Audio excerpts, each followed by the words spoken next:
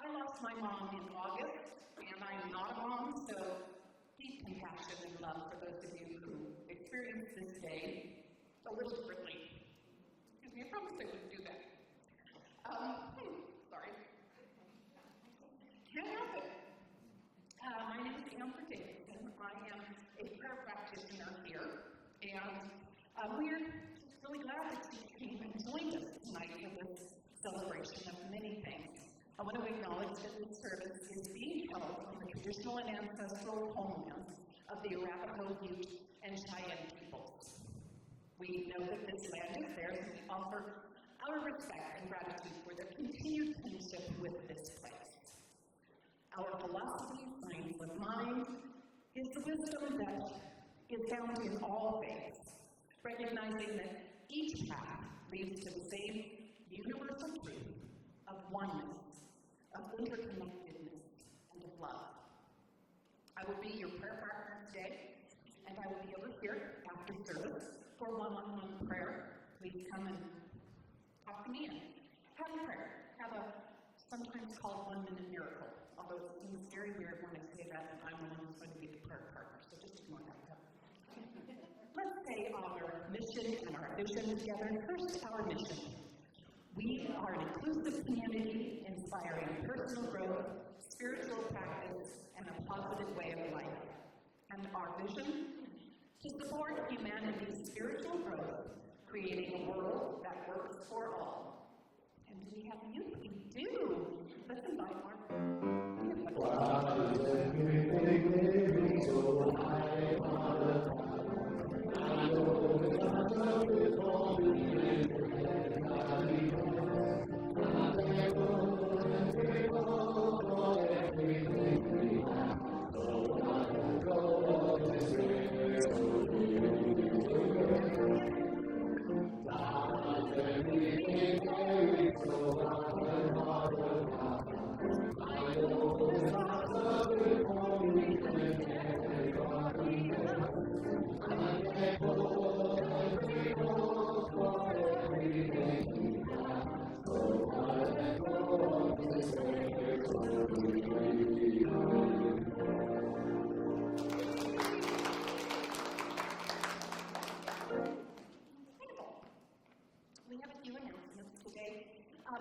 Each month, we dedicate a part of our tithes to support local nonprofits. And for May, we are honored to support Healing Warriors. This program is an organization committed to providing care and preventing suicide among service members. Founded to address critical gaps in support, Healing Warriors works to interrupt the factors that contribute to military suicide through compassion and integrative services.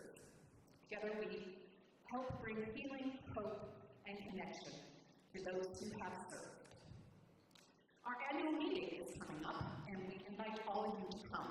Our members, we want all of you to come and vote on the future of your community, and if you're not yet a member, you can come and just hear what's going on, and you'll just be in the non-voting section, but we'd love to have you know what's happening in your community. That's on Sunday, Saturday here, but it's on May 18th at 3 before service. So it's next Sunday at 3 before the service. And you are welcome to either be in the sanctuary or online. If you plan to attend online, please visit our website and register so we know that you're there. And we can verify your membership and make sure that your vote is counted. During the meeting, we will share highlights from the past year and vote on new board members. And if any of you saw the bylaw change that happened, it's very large, so we will vote on that too. And let's see, anything else? Oh, please see Reverend Leah or me after the service if you are interested in joining our board. Please let us know. And today is pretty much the last time that you can do that, so if you even have an inkling, come talk to one of us. On Saturday, May 31st, Reverend Leah is leading a special class to help you connect to the divine through nature. This beautiful outdoor experience includes guided meditations, sacred rituals, and connection with the elements, all designed to help you hear the voice of spirit through nature. The space is limited, so make sure you register soon. And everything I've heard about it, which is a little bit from her, sounds amazing and wonderful, so you are not going to want to miss that. To register for any of these, to find out more about it, be sure to sign up for the weekly e-newsletter. That's the best way to know what's going on in our community and the latest happenings. You can subscribe today at cslnoco.org. Now, rather than just take a deep breath,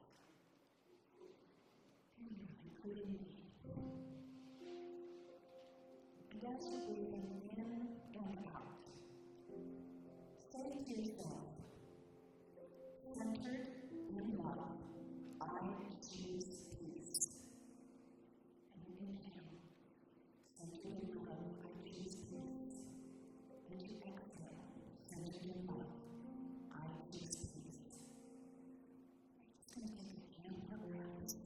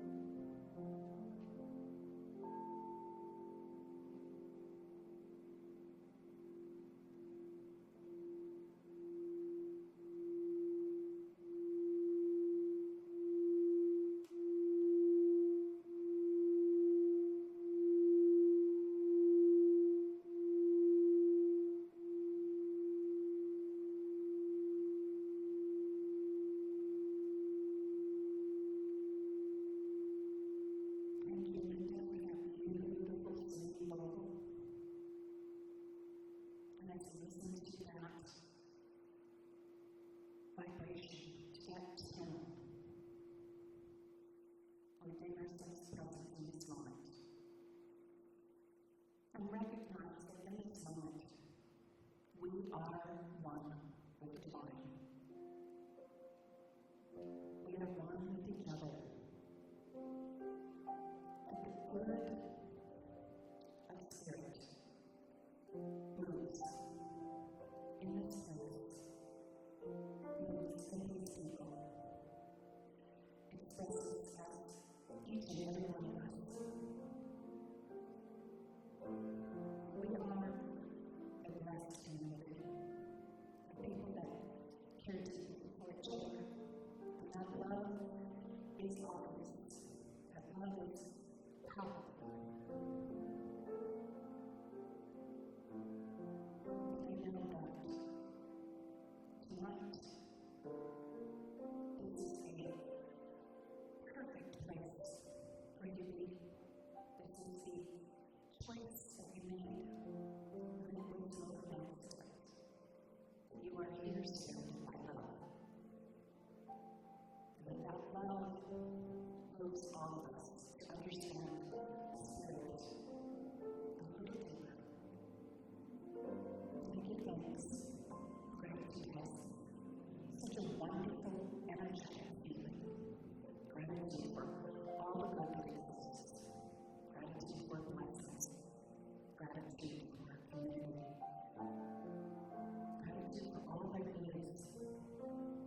For the way the world works. And knowing that this is perfect as it is. I release it is. In this moment, nothing else needs to be done. I release it and I acknowledge it by saying, and so it is.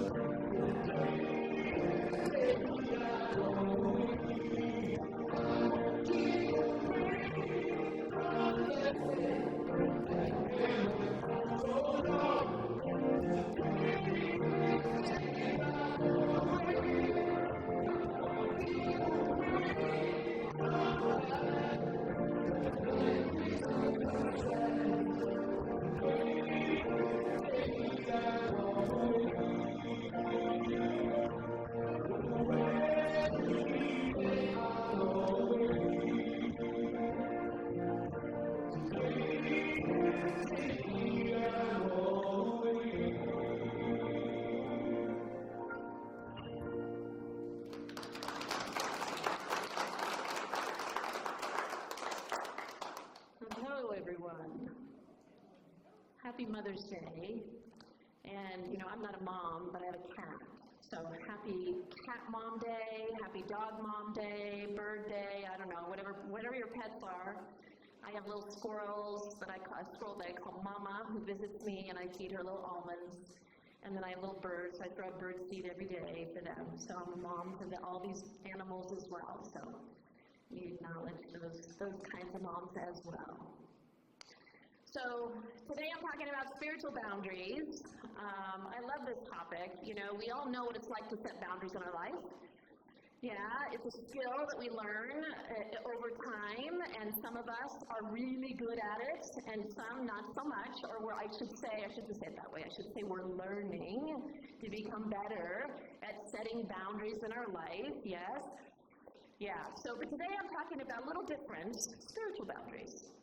So we're still saying no to things, we're still standing up and saying no, but we're saying no to the things that interfere in our spiritual life. The things that interfere in our ability to express fully ourselves spiritually, that sacred container that we all have. We all have this aura. So as I talk tonight, so just imagine, if you could see yourself as this beautiful aura around you, this sacred container. We all have that. We all have this sacred light that we are. Ernest Holmes said, our founder Ernest Holmes, he said this: if you listen to peace, you will experience it. If you listen for truth, you will hear it. If you listen to power, you will receive it. If you listen to wholeness, you will discover it. The voice of the ego can overpower our daily experiences. Anybody notice that? It just takes over whether we want it to or not. And so instead of listening for peace, we then listen to conflict. Yeah, instead of listening to faith and to trust, we listen to fear. Instead of listening for our wholeness and our divinity, we listen to lack, we listen to self-criticism, we listen to thoughts of limitation. The science of mind, in our philosophy, it teaches us that our lives are a reflection of what's going on in here. of what's going on in our internal landscape. And so therefore, we create our experiences in our life. Yeah, we have the power to create our experiences in our life. That's what Ernest Holmes, that's what he's taught us. That's what Science of Mind teaches us. Now, I will say a little side note here, that, not everything that we experience in our life is because of our thoughts. I like to say this every time I talk about this because I think it's really important. I don't want anybody to leave here thinking, oh my God, I have this chronic condition and it was caused by my thoughts. No, that's Science of Mind 101. We are doing Science of Mind 4.0. Okay? 1.0, 4.0 now, yeah. We don't want to go there, okay? But what this gives us an opportunity to do, though, is to look at our life, to explore all the things in our life, the things that are working, the things that are not working as well as we would like them to, and to evaluate our thoughts, to evaluate our false beliefs, to evaluate our stories. The stories that we create. Maybe it's just me. I'm assuming it's not just me. The stories that we make up about everything. Yeah? And we buy into these stories as though they are the truth. We make up stories about the people in our life. And when we do that, it's like we put them in this little box. We see them in this little box. And then we wonder why they're engaging with us in a certain way. My God, they never stop doing that thing. Well, the reason why is because we put them in this box and we see them in a certain way, so then they then react and respond based on how we see them. Yes? When we change how we view them, when we change how we see them, it's interesting. They start to change. And all we did is change our perspective. They are responding to our energy. They are responding to us. Yeah, so this new thought thing, this Science of Mind thing, what it does is it teaches us to take responsibility, to look at our own stuff. How cool is that? Not always fun, I get it, but important. So, this idea of setting spiritual boundaries. Life is merely reflecting back to us the thoughts, the stories, the false beliefs that we are putting out to the world. And at some point we start to become more aware that our outer world is reflecting our internal landscape, is reflecting our internal world. And this is great news because then we can make choices. Then we can start to do things a little differently. We start to become aware of the things that no longer align with who we are becoming. With who are we becoming? We're always evolving and changing, aren't we? It's amazing how much we evolve and change from one day to the next, from 1 year to the next. Who I was a year ago is different than who I am now. That's true for all of us. So we start to become aware that the wonderful thing about the spiritual journey is it points these things out if we're paying attention. It points these things out, these ways of being that aren't serving us anymore. And then we get to powerfully make changes. If we choose, it's always our choice, and there's nothing wrong if we choose not to, but there's consequences to that. Yeah? And it'd be awesome if we could only just make that one change and our life would be better forever.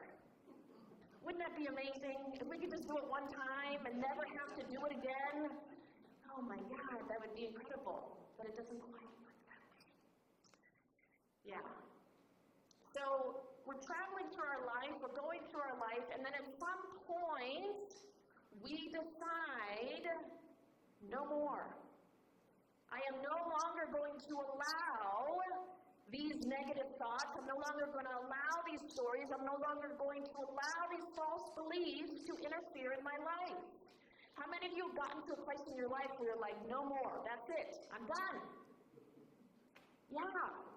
There is a woman who's here today in our congregation, And she shared a story recently that she had been dealing with this negative thought pattern for a long, long time, and she just decided, no, I'm not listening to that anymore. I am done. And you know, as soon as she did that, it went away. It stopped. Because she made a declaration. So at some point, the peace that we desire becomes more important than anything else. And so we set that boundary. And we say, no, I'm done. That's it. You know, some of the stories that we carry, we've been carrying them for the last 30 years about that person that we were raised by, or that person who beat us up on the schoolyard when we were 10, or whatever that may be. We hold these things and we carry them with us. It's like, you know, the baggage, we're just carrying it. Why are you walking like that? Because I've got a lot I'm pulling behind me. You know, right? Those stories, we hang on to them. So it's good to ask ourselves the question, what are the things that I'm doing in my life that are taking away from my peace? What are the stories that I'm still holding that are taking me away from the peace and the freedom and the joy that I desire? What are those things? It's different for all of us. What are those things that are taking me away from feeling grounded and centered and in knowing my truth? When we're caught up in the stories and the false beliefs and the negativity and all of that, that we cannot see the truth of who we are, and we cannot see the truth of someone else and who they are. We can't. They're two different vibrations, they're two different energies. We can't do both. But we have to be careful when we ask this question, what are the things that are keeping me from my peace? Because when we ask that question, what we automatically do is we then look over there. Well, you know, if that person wasn't so annoying, if that person wasn't so difficult, if my boss was easier on me, if my job was better, if I made more money, then I would experience more peace. If this person changed or that situation changed, then I would have more peace. If I just wasn't raised the way I was raised, if I had different parents, if I had a better mother, if I had more whatever, yeah? Fill in the blank. Then I would have more peace. Anybody thought that? Just admit it, it's okay. We're a group of friends here. So, setting spiritual boundaries, it actually gives us our power back. It gives us our power back. When we're setting spiritual boundaries, it gives us an opportunity to look at all of the places and the spaces and the people and the experiences and the situations and all of it, our stories and thoughts and false beliefs. It gives us a chance to look at all of that and how we have allowed all of that to take us off our center. How we have allowed all of it to take us right off of our center. Yeah. Ernest Holmes, he taught us something about the words that we use and the power of them. And in The Science of Mind, he gives an example of this thing called doubt. We've all experienced that. That's a big one for us as humans, yeah? And he said, you know, when doubt comes in, you say to yourself, you have no place in my mind. Get out. Get out. This is him speaking. Get out. And then he talks about faith. And he says, I know the faith within me now neutralizes all doubt. So whatever it is you're struggling with, maybe it's not doubt, maybe it's insecurity, maybe it's this thing called aging that you're struggling with, maybe it's a body condition, I don't know, it could be so many things. So the thing that you are struggling with the most, pick that one thing. And then you say to it, you have no place in my mind. Get out. You have no place in my mind. We get to decide that. We get to decide that. that's pretty cool. Yeah? We take our power back. We take the responsibility back. And we get to say that. And then we get to say, and I know that the divinity within me, the light within me, the God within me, whatever you want to call that, neutralizes all, whatever that is for you, neutralizes all doubt, neutralizes all fear, neutralizes all insecurity, neutralizes all separation. So I love that. Because in truth, it really does. If we allow it to, it can neutralize it. But we get so attached to these ways of being, we get so attached to these stories, we get so attached to this negativity. And it's in the ethers, it's out there. It's not even just in our life, it's everywhere. So it's hard to get stuck like Velcro. Like, okay, get off of me. Off. Funny story. This is just a side thing I wasn't planning on saying, but early on when we first started this church, or came together in this formation, and we would, at the end of service, Marie and the sound people were packing up all the stuff, and there'd be these little pieces of Velcro that they would use to wrap around things. And it was the funniest thing, and I'd throw it, and it would stick right on Marie's shirt. And she'd throw it back, and I'd throw it back on her, and we just had fun with it, But that is what happens, yeah? These things stick to us. But it's our choice whether or not we want to keep it there or take it off. Throw it aside. I don't need this. I don't need this story. I don't need this dominating my life. Because these things will dominate our life if we let them. Yeah? In our philosophy, the kind of prayer that we do is called Science Mind Treatment. And so there's 5 steps to the treatment. And if you're curious about what that's like, see Amber after service, and she will pray with you, and you'll be able to hear the 5 steps if you're not familiar with it. But one of the things that I love about the way we pray is that we turn away from the condition. Yeah, we turn away from the condition. Now think about this. Ernest Holmes was smart because he knew that if we kept looking at the condition, we will not be able to overcome it. Now, maybe you're enlightened. I'm assuming if you were, you wouldn't be here. But if you were enlightened, you might be able to look at the condition and still overcome it. I don't know. That's just my assumption. But most of us, we cannot keep looking at the condition and keep looking at the condition and then expect it to just be different.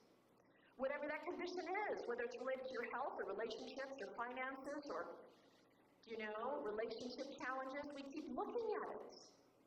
And our mind becomes obsessed, right? It's like they occupy the situation, whatever it is, occupies so much of the space in our mind, we should be charging rent. Because it occupies so much space, some of this stuff, yes? And so when we are doing prayer, you don't want to look at the condition. You don't want to look at it. Now, I'm not saying ignore it either. I'm not saying that at all. If we're going through something hard in our life, you come to a practitioner and you say, here's the thing, I want to feel differently. Yeah? I want to feel better. I want to feel more hopeful. So when we pray, we affirm, we declare, we know that this thing in your life, although it's there, but we claim and know something different. We claim and know that despite this challenging relationship that you are in, we claim and know that something is being healed there. We claim and know that forgiveness is possible. We claim and know that there is a healing taking place. We claim and know that this is a teacher for you in your life. We claim and know that something wonderful is happening even though you can't see it. Do you hear the difference? Versus this thing in my life, I pray that my life gets better. I pray that this relationship, that the conflict just goes away. That has a different energy to it. So when we set spiritual boundaries, we are claiming something new for our life. I found this great quote by somebody by the name of Jaya John. I've never heard of this person, but I really love this quote. Your boundary need not be an angry electric fence that shocks those who touch it. It can be a consistent light around you that announces, I will be treated sacredly. I will be treated sacredly. So, these people that are the most challenging for us, or whatever that situation is, at any moment we can decide, we can say, I am no longer allowing, I will no longer allow this situation, this relationship challenge, this mind story, this thought, this false belief to interfere with my heart, to interfere with my sacredness in this life, to interfere with my light. I am no longer going to allow that. So we aren't just saying I will be treated sacredly, we are saying I am going to treat myself sacredly.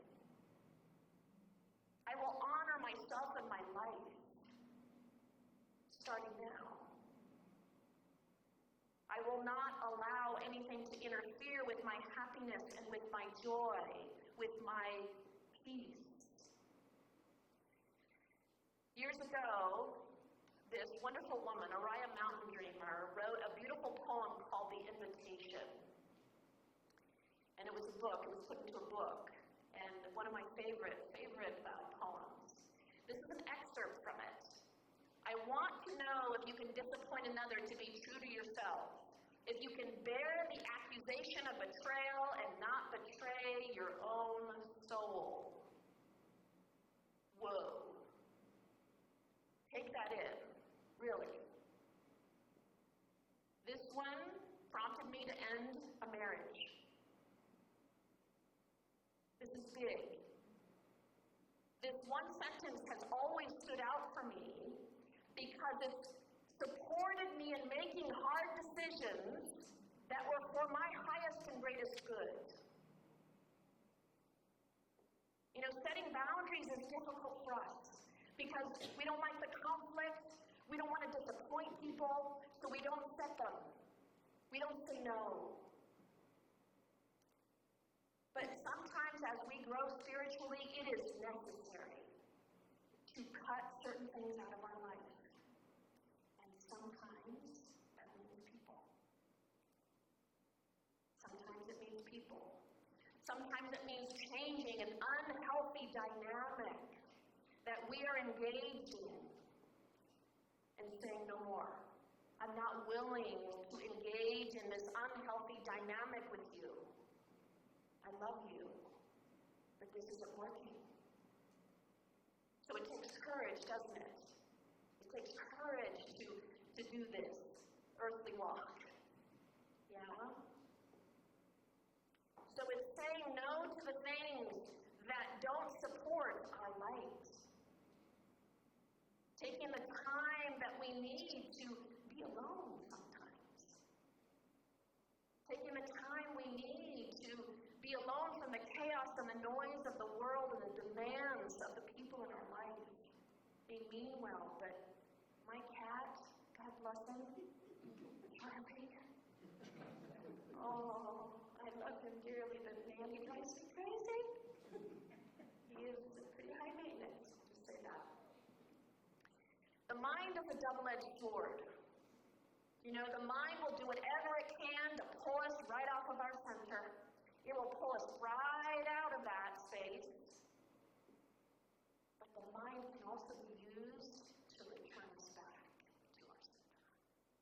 To return us back to the love, to the light, to the divinity that we are. So what if you decided, what if you made a decision right here, right now, I am no longer going to allow, fill in the blank, these thoughts, this person, this situation in my life, I am no longer, right here, right now, no longer going to allow this to interfere with the peace in my life. No more. Just make that declaration to yourself.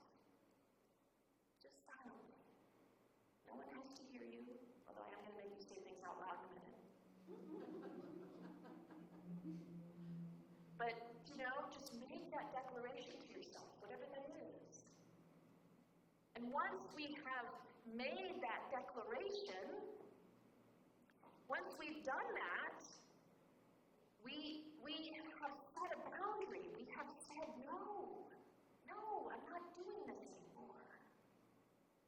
And then from that place, we can create something new. We can create something new. And if we get stuck, because we all get stuck sometimes. And so I'd like to remind us all what's available to you. I'm here. As the minister of this community, yes, I have a big job, but I'm here for you. If you get stuck, please reach out. I will come to your home. I'm not kidding. We have beautiful practitioners, prayer partners. There's a reason prayer is in the name. Because they're here to offer prayer. They're here to offer support when you get stuck. Sometimes we don't want to ask for help. But you pick up the phone and you say, I don't know how to get out of this. I can't pull myself out. Please help me remember who I am. Please help me remember who I am. And we will be there for you. We all know how to set boundaries, generally. We all know the importance of it. But sometimes we slip back into old habits. We all do it. It's okay. Yeah?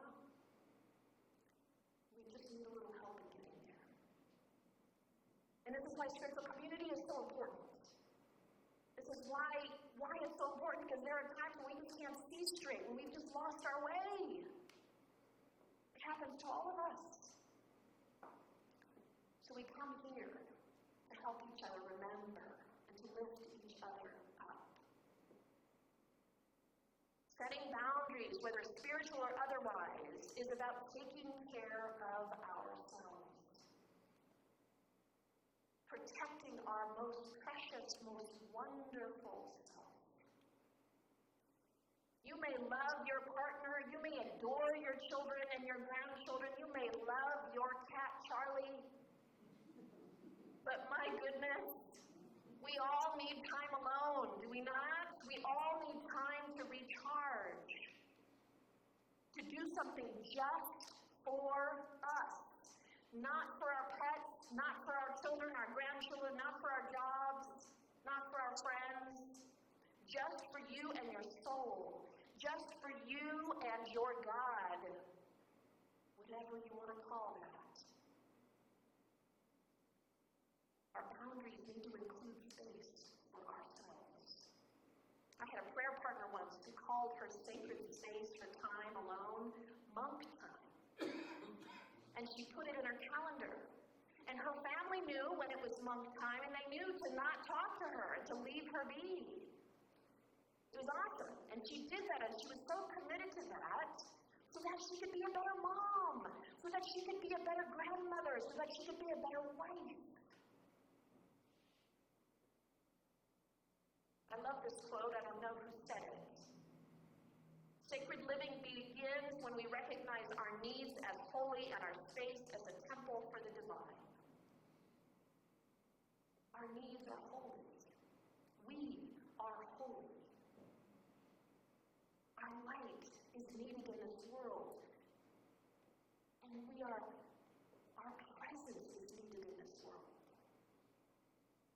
So let's commit to taking care of ourselves and saying no more to those stories and those false beliefs and those thoughts that are interfering with the peace that all of us so desire. My assumption is we all want more peace, more freedom, more joy. Yes?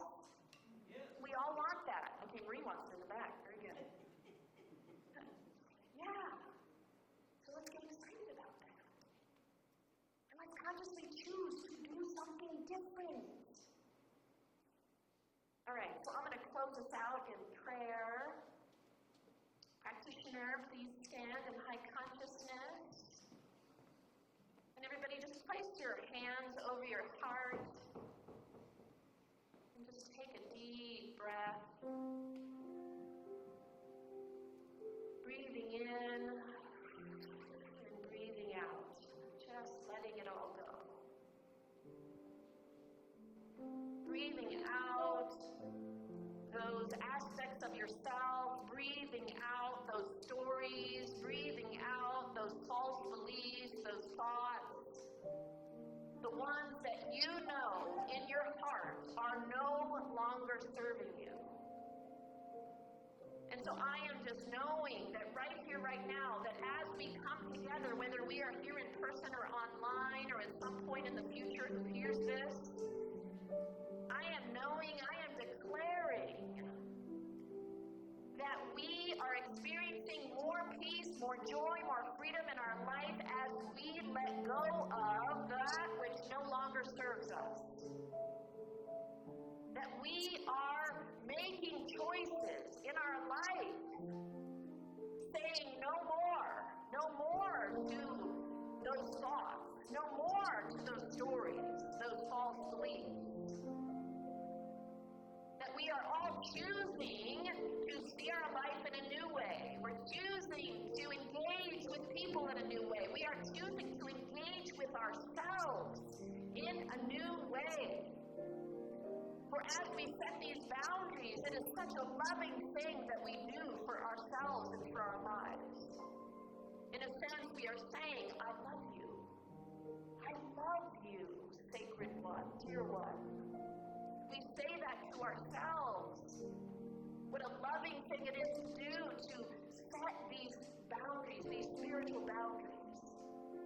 Not allowing the outside world to impact this sacred vessel that we are.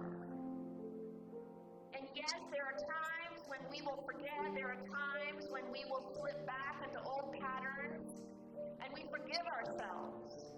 We let go of that self-judgment, and we return back. With our breath, we return back to our heart, to our center. And we just say, thank you, Spirit. Thank you, life, for reminding me who I am, and for being a part of this tremendous life, for being a part of this community, for being a part of the light that is needed on this planet. And so I invite you to repeat after me, out loud, keeping your eyes closed. I no longer give power to these thoughts, these stories, and these false beliefs. They have no place in my life. I affirm and know that the divine presence within me neutralizes and dissolves every limiting thought, every false belief, and every story that no longer serves me. Right here, right now, I choose people and experiences, thoughts and beliefs that align with my soul and my divinity. As I set spiritual boundaries in my life, I return to peace. I return to joy. I return to the divinity that I am. In this sacred moment, I choose to know I am whole, I am loved, I am one with the infinite light of Spirit. And so it is.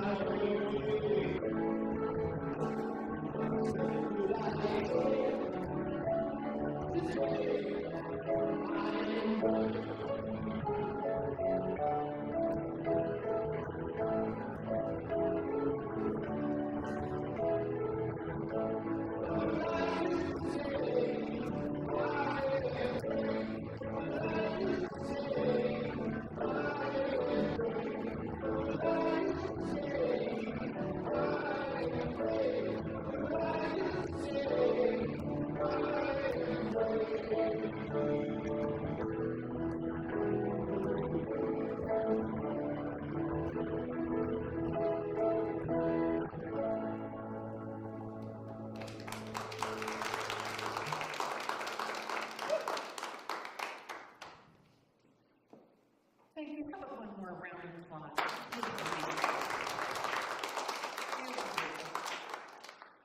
Oh, folks, I have such great gratitude for you guys. We started out with a few donors that said, we'll give you $7,500 if you can get $7,500 from the community. We will match that. And we were coming up, we were going to do that by June 30th. We were coming up, and it was just creeping. And we have now raised $8,884.60. We are, instead of $15,000,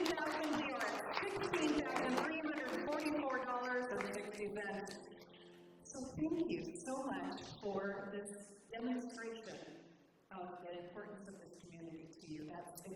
It's just magic. Thank you so much.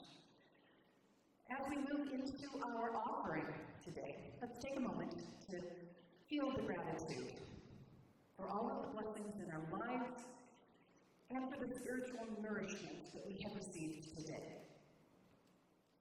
We give from a place of gratitude. Giving from a place of gratitude is just a great, energetic thing to do, knowing that God is the source of all good.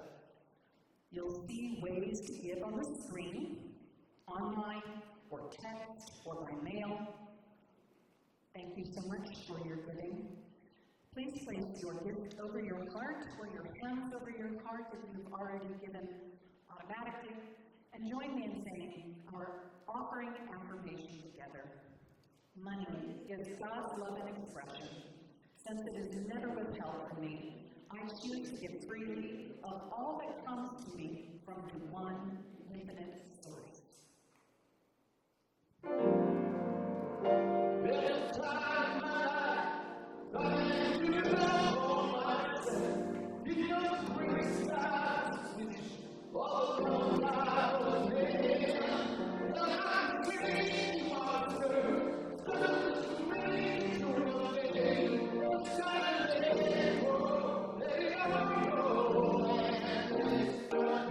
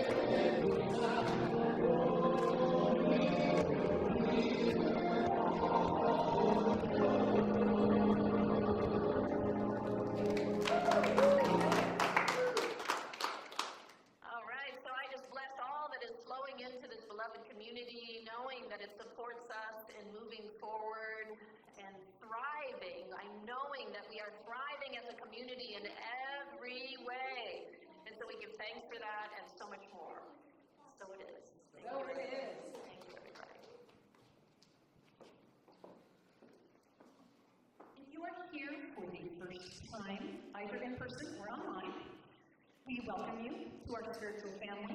We are so glad that you decided to join us today. Thank you for being here. Know that you matter, and we are here to support you. After service, I will be available for prayer up here on the side of the room. We also have prayer requests on the table outside. And if you are online and you would like a prayer, please visit our website at cslloco.org and submit a prayer request. Thank you all for being here today. It's always a joy to come together in community and share this time of inspiration and connection. I also want to extend my gratitude to everyone who helps make our service possible each week. It takes a dedicated team. Thank you to everyone who helped to create this service today. Your contributions are deeply appreciated. And now I invite you all to join us for Sunday supper. We will be outside by the tables. You'll find out where we're going. It'll be a local restaurant, and we will go and break bread. So let's go and enjoy some good food and time to connect. Now please stand, if you are willing and able, for our benediction and closing song. Placing your hands over your heart, we really love to place our hands over our heart, just to recenter ourselves in that heart. Placing your hands over your heart, let's say our benediction together. May we be at peace. May our hearts remain open. May we awaken to the light of our own true nature. May we be healed. May we be a source of healing for all beings. Love is who I am. Love is who we are. Love is all there is. Holy and God, Jesus' word, that I always feel so fair to you. When I realize you take me stand, and that I take my name, take my life, and I take your word. Oh, let me, I can stand for you. I can stand for you.